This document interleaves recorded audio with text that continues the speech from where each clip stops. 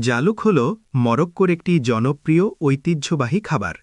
এটি মূলত বেগুন ও টমেটো দিয়ে তৈরি একটি মশলাদার সালাদ।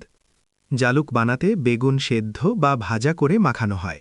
তারপর টমেটো, রসুন, অলিভ অয়েল, জিরা, পাপরিকা, লবণ ও ধনেপাতা দিয়ে রান্না করা হয়।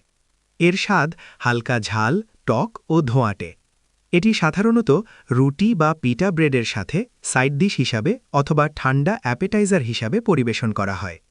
জালুক স্বাস্থ্যকর, ভেগান এবং মধ্যপ্রাচ্য ও উত্তর আফ্রিকার খাবারের মধ্যে খুবই জনপ্রিয়। জালকের স্বাদ খুবই সমৃদ্ধ ও ব্যালেন্সড।